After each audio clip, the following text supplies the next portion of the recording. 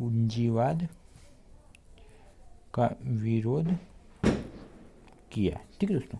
अब अगला क्वेश्चन लिखना आपको दोस्तों कि प्रथम विश्व युद्ध का रूस की क्रांति पर क्या प्रभाव पड़ा। ठीक है दोस्तों, इसका आंसर लिखना है दोस्तों कि प्रथम विश्व युद्ध में रूस शामिल हो गया था, लेकिन अब अस्त्र शस्त्र एवं रसद के अभाव में रूस को भारी जनधन की हानि हुई। प्रथम विश्व युद्ध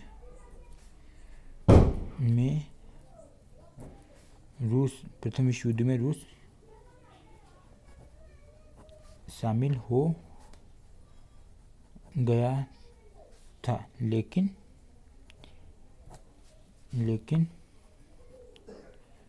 अस्त्र शस्त्र एवं रसद के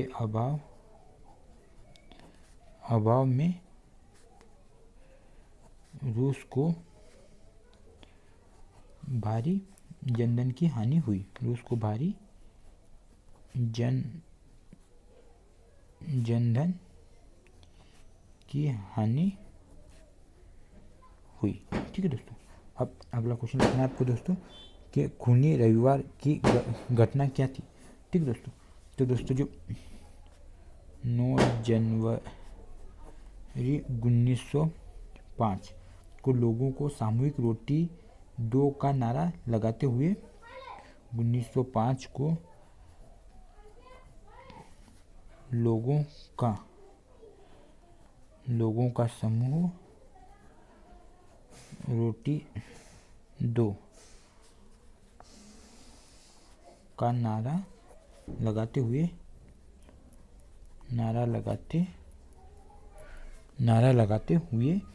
सेंट पीटर्सबर्ग महल की ओर जा रहा था।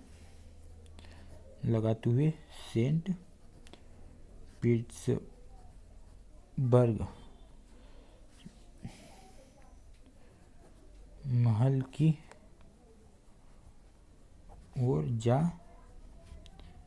रहा था, लेकिन जार की सेना ने इन लोगों पर गोलियां चलाई।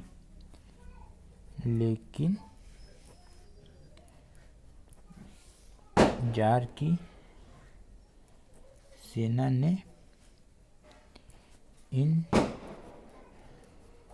लोगों पर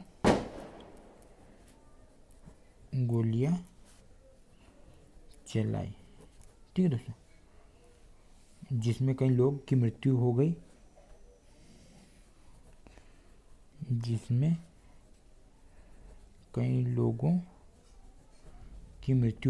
इस घटना को खूनी रविवार कहा गया है। ठीक है दोस्तों। अब अगला क्वेश्चन लिखना है दोस्तों कि 1917 ईस्वी की रूसी क्रांति से नई सभ्यता तथा संस्कृति का जन्म हुआ। इस कथन की पुष्टि में 2 बिंदु लिखिए। ठीक है दोस्तों। तो आपको पहला बिंदु लिखना है दोस्तों कि रूसी क्रांति ने नियोजित अर्थव्यवस्था की स्थापना की। रूसी क्रांति ने नियोजित अर्थव्यवस्था की स्थापना की। ठीक है दोस्तों। अब दूसरा पॉइंट लिखना है दोस्तों कि चर्च के प्रभुत्व को समाप्त कर धर्मनिरपेक्ष राज्य की स्थापना की। ठीक है दोस्तों। अब अगला क्वेश्चन लिखना है दोस्तों आपको कि बोल्शेविकों ने अक्टूबर क्रांति के बाद कौन कौन से प्रमुख परिवर्तन किए। कोई 2 परिवर्तन लिखिए। ठीक है दोस्तों। अब पहला परिवर्तन है दोस्तों कि जमीन को सामाजिक संपत्ति घोषित कर दिया गया। जमीन को सामाजिक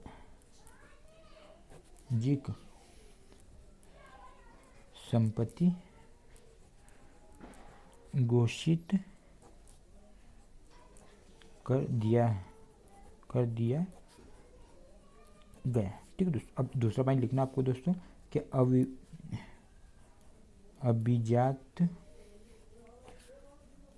अभिजात वर्ग पर पुरानी पदवियों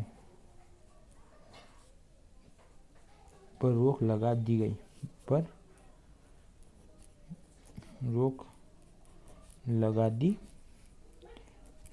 ठीक है दोस्तों, अब अगला क्वेश्चन लिखना है दोस्तों आपको कि रूसी क्रांति के कोई दो प्रभाव को स्पष्ट कीजिए। ठीक है दोस्तों, तो आपको इसका आंसर लिखना है दोस्तों। पहला पॉइंट है दोस्तों कि निरंकुश शासन की समाप्ति।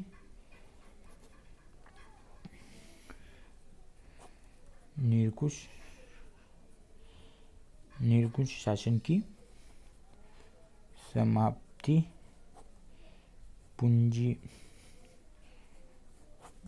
पूंजीवादी तथा समाजवादी व्यवस्था की संपत्ति। पूंजीवादी तथा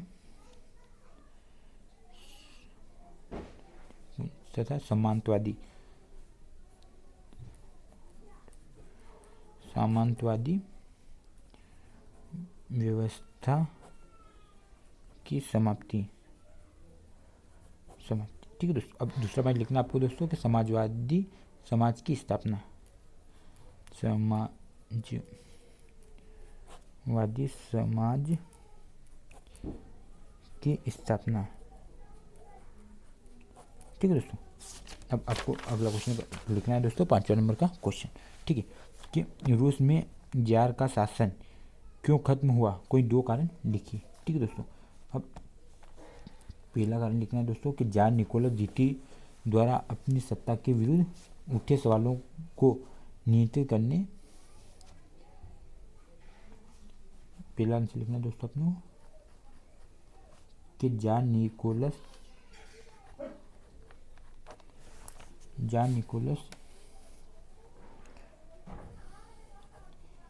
द्वितीय द्वारा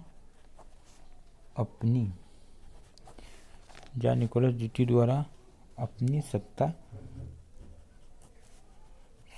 के विरुद्ध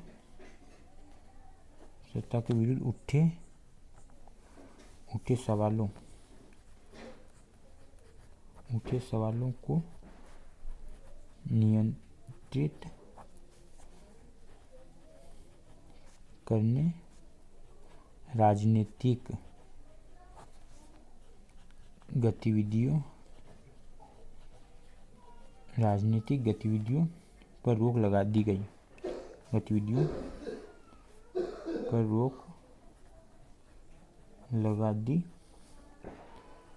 ठीक है दोस्तों, अब अगला पॉइंट लिखना है दोस्तों। दूसरा पॉइंट आपको कि जार निकोलस की पत्नी महारानी जरीना के जर्मन मूल का होने और उसके कि जार निकोलस की पत्नी महारानी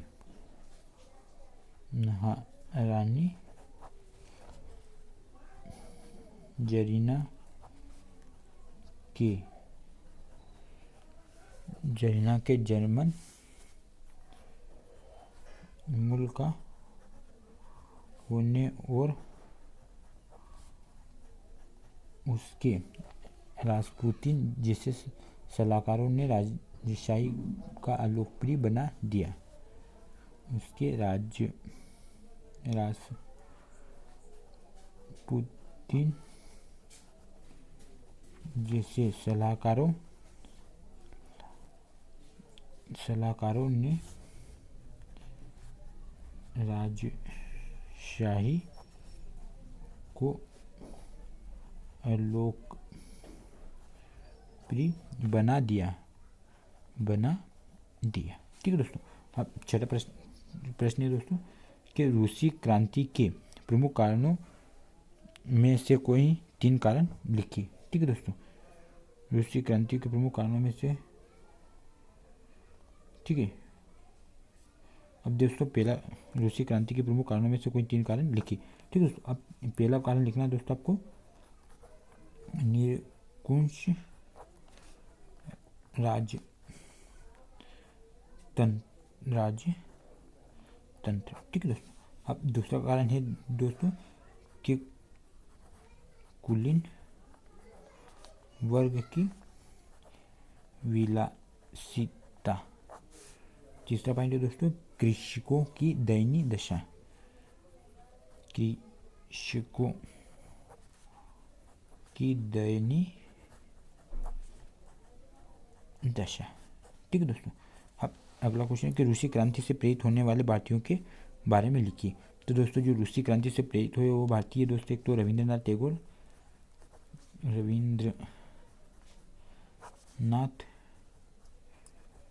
टैगोर, जवाहरलाल नेहरू। ठीक है दोस्तों, उसके बाद है दोस्तों आर थॉट्स। ठीक है दोस्तों, आर थॉट्स। उसके बाद है दोस्तों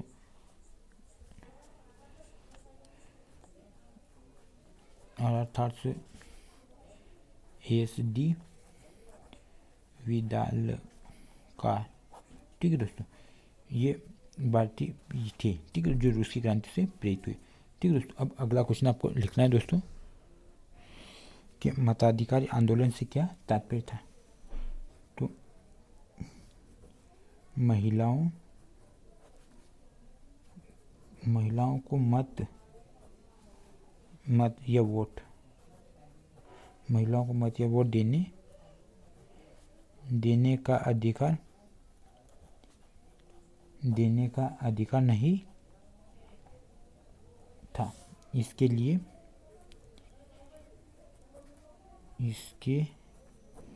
महिलाओं ने आंदोलन किया, जिसे महिला मताधिकार आंदोलन कहते हैं। जिसे महिला मताधिकारी आंदोलन कहते हैं। ठीक है दोस्तों, अब नवा क्वेश्चन दोस्तों कि कॉमिंटर्न शब्द से क्या तात्पर्य। तो दोस्तों कम्युनिस्ट पार्टी की अंतर्राष्ट्रीय संस्था, जिसे क्या बोलते हैं दोस्तों कॉमिंटर्न। ठीक है,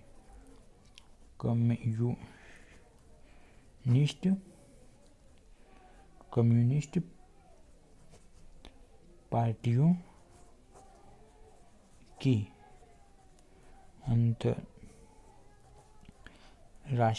कम्युनिस्ट पार्टी की अंतर्राष्ट्रीय संस्था को क्या बोलते हैं दोस्तों, संस्था को कॉमिंटर्न कहा जाता है। ठीक है दोस्तों, अब अगला क्वेश्चन लिखना है दोस्तों कि Russian social democratic workers party पर टिप्पणी लिखी। ठीक है दोस्तों, तो इसका आंसर लिखना है दोस्तों आपको कि पार्टी की स्थापना पार्टी की स्थापना को भी दोस्तों 1898 में हुई थी। ठीक है दोस्तों, इसका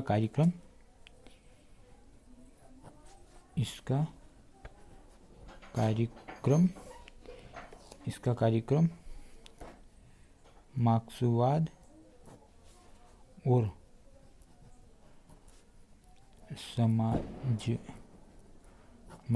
समाजवाद पर आधारित था।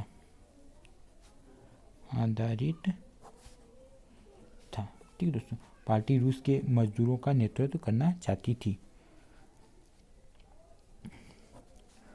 पार्टी रूस के मजदूरों का नेतृत्व करना चाहती थी। ठीक है दोस्तों, अब अगला क्वेश्चन है दोस्तों कि रूसी राज्य क्रांति 1917 के पूर्व रूस की दशा कैसी थी समझाइए। ठीक है दोस्तों, तो इसका आंसर लिखना है दोस्तों आपको की क्रांति से पूर्व रूसी किसानों की स्थिति अत्यंत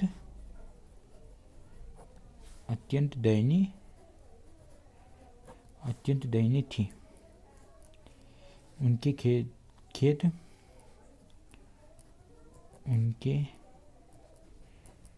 खेत बहुत छोटे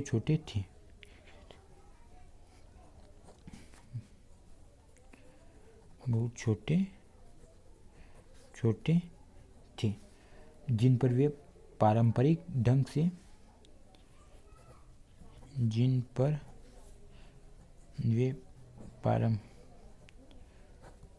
ढंग से खेती करते थे।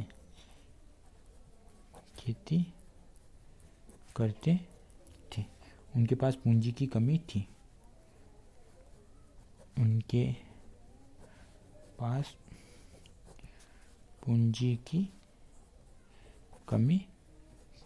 ठीक है दोस्तों, देखो दोस्तों, ये दूसरा चैप्टर है दोस्तों, ये ख़त्म हो चुका है दोस्तों। आपको हमारा वीडियो पसंद आए तो दोस्तों लाइक करना है और अपने दोस्तों के साथ दोस्तों शेयर कर देना है और हमारे चैनल को दोस्तों सब्सक्राइब कर लेना है। ठीक है दोस्तों, थैंक यू।